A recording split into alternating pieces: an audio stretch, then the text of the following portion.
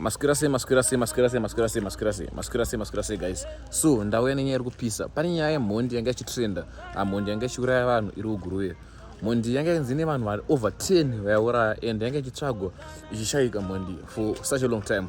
So guys, nhasi ndauya nema-updates nenyaya iri kupisa. Mhondi iyi yabatwa and iri kunzi yapfurwa nemasoja zvokuti gumbo rese rarwa nepfuti ene mhondi ikuita kubleed. And haisitombogaya guys.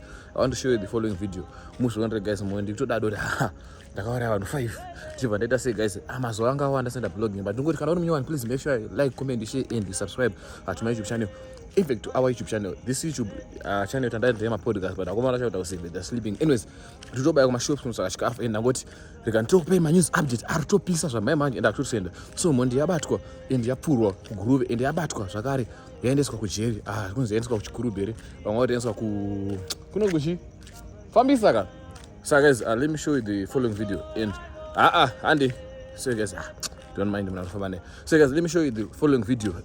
Mhondi ichitakurwa nechikopo and also mhondi zvanga ichitaura. So make sure you like, comment, share and subscribe. Tatambata zvitsva auya nomaraini mafilimu vatamumhanyisa uswa magadheni ndobadzorana nokumuseka kumberi uko tamubatira mugadheni mavo ndoparwa nepfuti nevakomana vanhu masoja nepfuti gumbo rarengenyuka.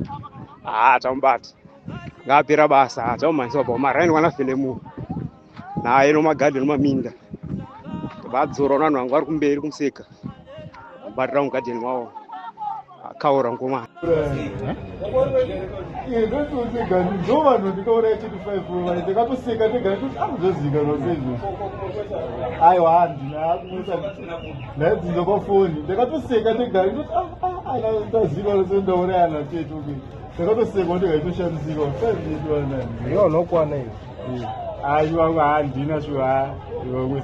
Kokurepa wairepa kai Kana ndakaripa ndakaputirwa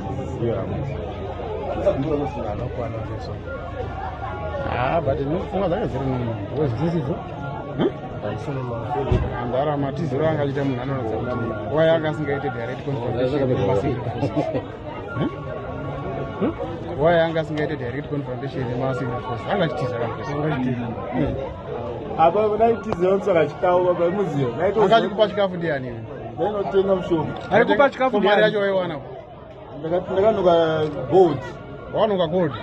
Ndakakura funga nechigumwe changu sei nopinge ndakamaiswa nechikopokopo zvanakamaiswa nechikopokopo ndowanuka gold. Ndakamaiswa nechikopokopo tuso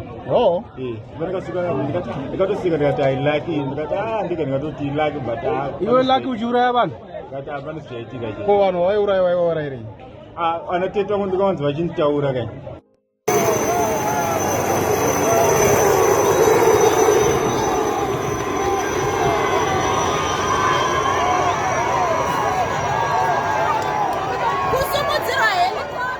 Guys, thank you for watching the video to the end. Please make sure you like, comment, share and subscribe to my YouTube channel for more and more content. Ma-updates ari kupisa munomona panapa. Musakangana kusubscribe, nekulike, nekomenta, nekushare this video. Kuti murame chona ma-updates antera. Let's get it.